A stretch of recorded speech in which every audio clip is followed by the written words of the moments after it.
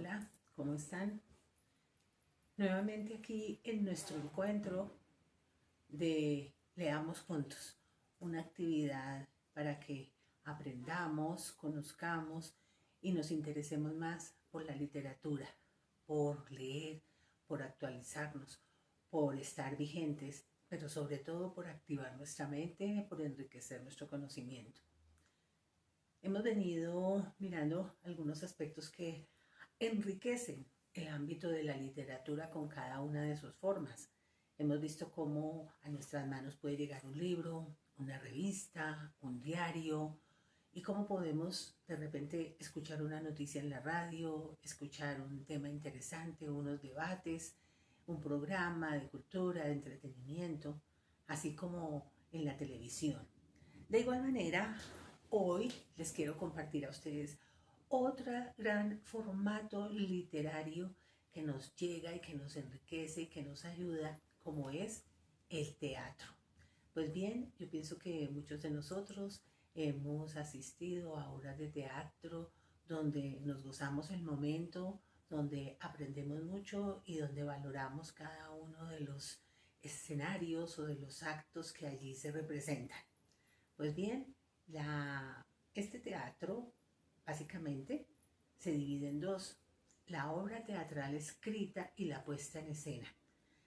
La parte escrita es la que el autor deja allí en el guión, en sus documentos o en su libro, que es llevada a la parte escénica del teatro y que es la parte de la puesta en escena,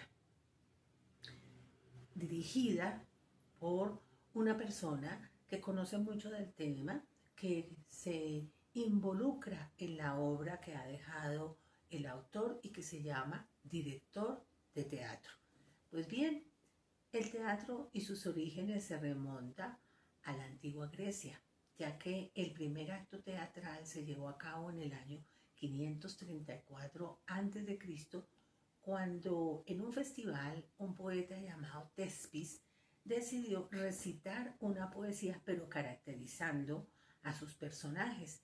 Les colocó voces diferentes, movimientos y actitudes diferentes, y este evento fue muy aplaudido y pasó a la historia, y hoy en día este poeta es considerado el primer actor y uno de los padres del teatro.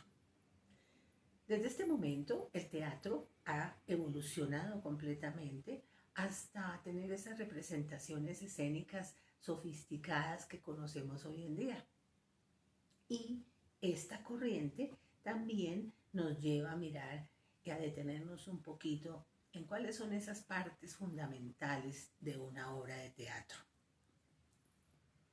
Para que una obra de teatro la podamos analizar y podamos tener como una mirada más atractiva de lo que nos presenta el autor, es importante que tengamos en cuenta varios aspectos. Primero, hay que mirar cuál es el autor. Normalmente son dramaturgos, o sea, se dedican a escribir obras teatrales.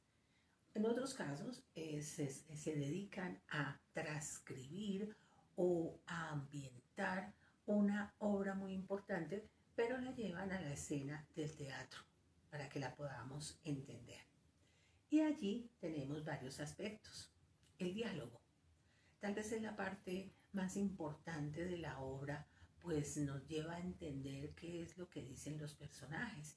Y hay situaciones, mmm, tres espacios donde podemos encontrar, por ejemplo, el coloquio, que es donde dos o más personajes hablan, narran y nos permiten a nosotros como público entender y escuchar esa obra de teatro. Los monólogos es cuando se trata de un solo personaje hablándole al público. Es muy importante y es bien interesante los actores que se especializan en monólogos, porque tienen que tener una convicción y una seguridad muy grande en su trabajo para llegar a ese público exigente. Y también están los soliloquios, es donde el personaje habla consigo mismo, todo el tiempo está hablando con él mismo, no se dirige al público, se dirige a él mismo, pero entendemos perfectamente todo lo que pasa en la escena, en la obra. También tenemos las acotaciones, son los elementos únicos que existen en el teatro, como son la descripción física del personaje a través de su vestimenta, sus facciones, su cuerpo y el diálogo, porque puede gritar, susurrar, demostrar si está triste, si está enojado. Y se une a esto también algo de escenografía. Pues bien, encontramos la estructura del guión. Esta es la parte donde se cuenta la historia. Se cuenta de una manera particular con características literarias que dividen la obra en tres partes. El inicio es donde se establecen los personajes, sus motivos y se determina la problemática que vamos a analizar a lo largo de la obra. El desarrollo muestra todo un proceso, una escala durante la obra hasta llegar al clímax o tope de la obra y donde nosotros ya podemos entender perfectamente de qué se trata. Y luego viene la conclusión, que representa la solución o el fin de conflictos o el fin de las situaciones que veníamos viendo a través de la obra. A diferencia de otros formatos literarios, el teatro se separa por actos, escenas y cuadros. O sea, estos tres actos que son el inicio, el desarrollo y la conclusión. Eventualmente, cuando vamos a una obra de teatro, escuchamos acto primero y muchas veces le ponen un nombre a ese acto y salen los personajes, actúan, interpretan y vamos entendiendo de qué se trata la obra. Hay un descanso y pasamos al segundo acto y así sucesivamente cuantos actos tenga la obra. Y en cada uno de estos cambios, muchas veces cambia la escenografía, cambia el vestuario, intervienen más personajes, suspenden otros personajes y le va dando una dinámica muy importante a la obra. En estos cambios, en estos espacios que no duran más de 2 minutos de receso, nos permite a nosotros los espectadores poder interactuar con nuestros compañeros de momento sobre la obra e ir entendiéndola, hacer análisis, proyectar o suponer qué va a pasar en un segundo acto. Encontramos los personajes muy importantes, muy importantes. Anteriormente la obra se desarrollaba solamente alrededor de el personaje principal o el protagonista, pero poco a poco fueron ingresando varios personajes a las obras y tenemos el antagonista, o sea, la contraparte del personaje, que lo identificamos muy pronto, y los personajes de reparto, o sea, aquellos que son secundarios y en algunos casos puede ser los que identificamos como el gracioso, el preocupado, el triste, el silencioso, el que más interviene, y son muy visibles para el público.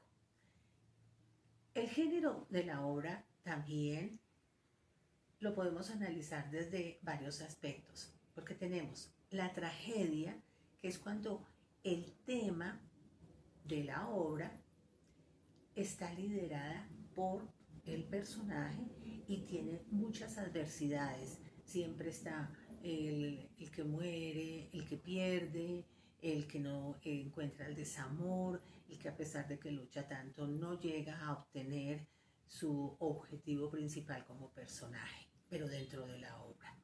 La comedia es una historia ligera y positiva, pero llena de exageraciones e incongruencias, y por eso nos parece cómica y por eso nos hace reír bastante. El melodrama es donde el protagonista, junto con los personajes que lo acompañan, se enfrentan a muchas dificultades y fuera de sus posibilidades todas. Y normalmente como público nosotros nos ideamos un final para el melodrama y finalmente es otro completamente diferente y nos sorprende. Y por último tenemos la tragicomedia, que como su nombre lo indica, es una mezcla de tragedia y comedia muy cercano a eventos reales. Ahora bien, vamos a hablar de la puesta en escena, o sea, del desarrollo, de cómo logra el director de la obra y todo su equipo de trabajo llegar al público y ser exitoso con esa obra. Pues bien, de acuerdo a la representación de la misma y como quieran enfocar el guión que tienen en sus manos, van a tener en cuenta la escenografía, o sea, todo lo que rodea el escenario. Puede ser que se desarrolle la obra en un parque, en una fiesta, en una sala, en un comedor, pero siempre la escenografía va a tener elementos que decoran el espacio y que son muy importantes y vitales para entender lo que va a suceder o cómo se va a desarrollar cada acto, porque entre un acto y otro puede cambiar completamente la escenografía. Y es la habilidad que tiene todo el equipo detrás de cámaras para hacer los cambios. Igualmente el vestuario. El vestuario, así como la escenografía, nos pueden determinar la época en que se está realizando la obra. ¿Por qué? Porque con el vestuario nosotros logramos ver si son de época actual, de los años 80, de época muy antigua, y lo mismo el escenario. El escenario también nos ayuda a ver de qué época está narrada la obra, en qué momento. Y es bien importante la caracterización de los personajes en cuanto a vestuario. La luminotecnia, la luz. En la antigua Grecia usaban muchas velas para iluminar el escenario, muchas velas. Hoy en día hay luz artificial y hay también el uso de luces artificiales para darle la imagen y la característica particular a lo que queremos ver. La música y el sonido, bien importante. Las obras normalmente las ambientan con música de fondo característica de la obra. Por eso, cuando escuchamos ciertas canciones, ciertas melodías, nos recuerda muchas veces las obras que hemos visto porque las asociamos a ese momento tan especial de la obra. Y mucho más cuando las obras de teatro son musicales. Fue muy nombrado y muy concurrido el musical Mamma Mía. ¿Por qué? Porque casi toda la obra se desarrolla con cantos. Por lo tanto, los actores de hoy en día tienen que ser muy versátiles, muy integrales, porque tienen que saber actuar, declamar, cantar y bailar. También hay obras que son exclusivamente de danza, de baile. Y muchas de estas obras, las de baile, ni siquiera el protagonista o los actores hablan, solo con las expresiones de su cuerpo llevan a cabo la obra. Así que hemos visto una gran gama de partes del teatro que a veces nosotros no les ponemos mucha atención, pero que en el contexto general sí las observamos. Bueno, un cafecito, como siempre, para acompañar este momento. Bueno, y seguimos hablando de teatro. El 27 de marzo se celebra el Día Mundial de Teatro y el objetivo es llevar un homenaje a esas expresiones artísticas que han sido más auténticas y representativas. A lo largo de la historia hemos tenido unas muy importantes. Voy a nombrar algunas que han sido consideradas las obras más importantes en la historia de la humanidad y que han inspirado a muchas personas al montaje de sus obras. Porque recordemos que estas obras primero son escritas para luego pasarlas al escenario. Tenemos Romeo y Julieta de William Shakespeare. Todos creo que hemos escuchado, leído y sabemos de qué se trata esta obra. Pues bien, es la historia de un amor prohibido entre dos jóvenes de familias rivales y completamente diferentes, los Montesco y los Capuleto. Y esta rivalidad los lleva a tener momentos de amor muy difíciles y que finalmente terminan en desdicha, en muerte. Una segunda obra bien importante, Hamlet, de William Shakespeare, también el mismo autor. Esta obra se trata de la locura de la venganza y allí encontramos dolor, ira, traición, incesto, corrupción moral. Es una de las obras más criticadas y que tiene un final trágico y lúgubre. Tercera, El sueño de una noche de verano. ¿Adivinen de quién? De William Shakespeare también. Esta es una comedia romántica que se transforma de un momento a otro en un clásico de la literatura teatral. Narra la historia de dos parejas de amantes sumidos en el mundo de la fantasía, la magia, los sueños y toda la parte cómica. Una cuarta obra importante, La Celestina, de Fernando de Rojas. Se trata del violento amor entre Calisto y Melibea, bajo una trama de los sirvientes de Calisto que eran Sempronio y Pármeno. Esta obra fue escrita en 1499 y este clásico sentó las bases para la novela y el teatro que hoy conocemos. Don Juan Tenorio, de José de Zorrilla, un drama romántico de 1844 donde el protagonista logra el perdón divino y se salva del infierno gracias al amor que profesa por Doña Inés. Es una obra romántica muy bonita. La vida es sueño, de Pedro Calderón de la Barca. Esta obra gira en torno a la libertad y las decisiones humanas. Allí vemos conceptos religiosos de diferentes credos. El protagonista, Segismundo, vive en una oscuridad total en la cárcel de su mente y alcanza solo la iluminación cuando se descubre a él mismo. La casa de Bernarda de Alba, de Federico García Lorca. Esta tragedia relata la vida de luto de una viuda sexagenaria, Bernarda Alba, y los lazos con sus 5 hijas, las cuales son arrastradas por su locura. Aquí vemos un profundo fanatismo religioso, conservador y temor a la intimidad, donde aparece el odio, la envidia, la ambición y mucho poder jerárquico.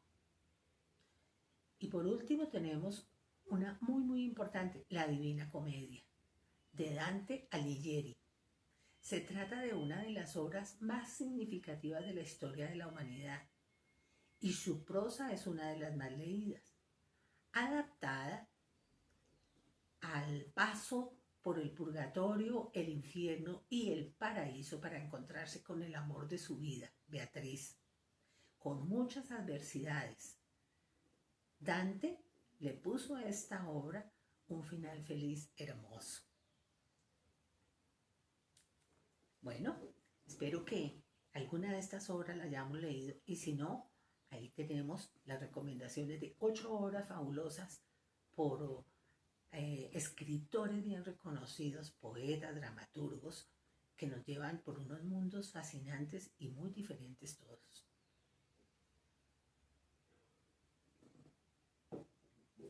Y hablando de la Divina Comedia y de Dante Alighieri, vamos a ver quién era él. Dante Alighieri, o sencillamente Dante, como es conocido, fue considerado el padre de la lengua italiana junto con William Shakespeare y Miguel de Cervantes. Su obra, La Divina Comedia, sigue siendo una de las más trascendentales y de las que más admiramos por su fuerza, su simbología, su belleza y por representar en forma resumida una producción literaria. Nació en Florencia en el año 1265 en una familia noble. En ese momento, las ciudades en Italia estaban divididas por la acción política en 2 bandos, los guelfos y los gibelinos. Este dato es bien importante en la vida de Dante. a raíz de estas luchas involucran al emperador, al papa, a muchos políticos. Pues bien, el padre de Dante, el señor Alighiero, había hecho su fortuna en el comercio y quiso dignificar a su familia programando el matrimonio de Dante con una persona de la nobleza, ya que él era casado con una noble que se llamó Bella degli Abati. De este matrimonio nació el pequeño Durante, ese era su nombre, Durante Alighieri, pero siempre fue conocido por el diminutivo Dante. Finalmente, esto no sería nada complicado para Dante o Durante, porque con este diminutivo fue conocido en muchos campos, empezando por el campo de la poesía. Es un poeta maravilloso. La madre de Dante murió cuando él tenía 10 años y su padre cuando era adolescente, así que él quedó huérfano a corta edad. Pero a los 12 años fue concertado su matrimonio con Gemma di Manetto, que pertenecía a una poderosa familia y que la unión de ellos dos se celebraría a la edad de 25 años. De este matrimonio nacieron 3 hijos, Jacobo, Pedro y Antonia. Algunos biógrafos hablan de un cuarto hijo, así como de otros más, pero todos productos de unas relaciones extramatrimoniales. Dante conoce a los 9 años a Beatriz Portinari y fue el gran amor de su vida. La vio solo 3 veces, nunca hablaron, pero siempre estuvo enamorado de ella. 10 años después volvió a ver a Beatriz, quien ya había contraído matrimonio con un banquero, Simón. Pero en aquel brevísimo encuentro y una relación tan corta y platónica, no duró mucho porque Beatriz muere a los 24 años de edad. Así que él sigue con su amor platónico y Dante no alcanzó a confesarle su amor eterno. Beatriz es la figura más importante de la Divina Comedia, ya que Dante escribe esta obra casi que en honor a ese amor que tuvo por ella y a toda su frustración por no poder nunca tener un acercamiento y por no haberle podido dar a conocer el amor que sentía por ella. Su hija Antonia, luego de la muerte del padre, ingresa a un convento y con el nombre de Beatriz, curiosamente. Dante, también en su obra La Vita Nova, habla que mantuvo muchos romances con muchas mujeres, o sea, allí se confiesa casi que confiesa estos amores extramatrimoniales que son mencionados en otras obras y justifica el desenfreno debido a la necesidad imperiosa de sacar de su alma el dolor profundo que le había ocasionado la muerte de Beatriz. Dante estudió en Florencia y durante su adolescencia fue discípulo del filósofo Brunetto Latini y muy amigo del poeta Guido Cavalcanti, personas que son más importantes para lo que más adelante fuera Dante como poeta, como escritor. Siendo adulto, Dante ingresa a la política. Recuerdan que al principio les comenté que habían 2 partidos enfrentados. Pues bien, él se adhiere al sector de los güelfos y luego de la victoria de estos, él ocupa varias posiciones, incluyendo la de alto magistrado. Sin embargo, los güelfos finalmente terminan derrotando el poder y él es condenado a pagar una alta multa. Comienza así un exilio voluntario que lo lleva hasta su muerte. Él permanece en exilio porque no está a favor de la situación política del momento y por lo tanto no puede retornar a su ciudad. En 1316 se le ofrece la posibilidad de volver, pero rechaza este ofrecimiento argumentando que jamás regresaría a menos que le fuesen restituidos por completo su dignidad y su honor, cosa que no sucedió. Fallece el 13 de septiembre de 1321 a los 56 años, víctima de la malaria. Fue enterrado en esa ciudad donde estaba, pero sus restos fueron reclamados siglos después por los florentinos, que tenían reservada ya una sepultura particular en la iglesia de Santa Croce. Así que él muere queriendo a Beatriz, no pudiendo dejar ese dolor, no pudiendo expresarle su amor. Pues bien, no cabe duda que Dante Alighieri en su obra La Divina Comedia, que es una obra poética y epopéica, que está cargada de simbología, porque los que hemos tenido la oportunidad de leerla y de conocer la obra, vemos cómo se pasa del infierno al purgatorio y al paraíso de una manera tan espectacular que nos hace a veces devolvernos en la lectura para entender o para como adentrarnos en la obra. Compuso muchísimas obras, muchísimas, pero esta es la más importante. Está, por ejemplo, La Vida Nueva, donde narra muy bien como todo el proceso que tuvo de su amor platónico. Narra muy bien la belleza de su joven amada, de Beatriz. Está compuesta por 31 poemas líricos y 42 capítulos en prosa. Esta parte de los poemas y de la prosa hay que saberlas leer, hay que leer despacio para entenderlas, porque no es lo mismo leer una novela que leer una obra de estas con tanto sentido y tanta simbología. También está la obra El Banquete, donde él recoge en sus extensos poemas todo el tratado de la monarquía. Fue escrita en latín, pero el libro fue quemado luego de la muerte de Dante, aunque quedaron algunos textos que conocemos hoy en día. Bueno, hoy con Dante Alighieri, por supuesto, mi libro recomendado, ¿cuál es? La Divina Comedia. Bien sea leyendo su libro, o bien sea viendo la obra, o bien sea escuchándola. Les recomiendo leerla despacio, no con el afán de terminar un libro y un texto para que la podamos entender.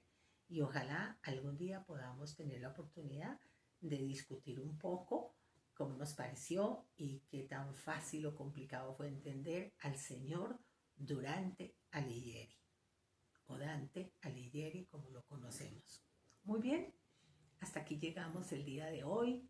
Espero verlos muy pronto, encontrarnos nuevamente para seguir aprendiendo. No olviden, manita arriba, suscríbase a mi canal y por favor compartan este enlace con otras personas para que cada día tengamos más lectores, para que cada día nuestra cultura crezca en términos de literatura y para que no olvidemos lo rico que tiene el ser escrito, el ser escuchado, el ser hablado, porque la literatura, recordemos que está dividida en dos aspectos: literatura escrita y literatura oral, en cualquiera de sus formas.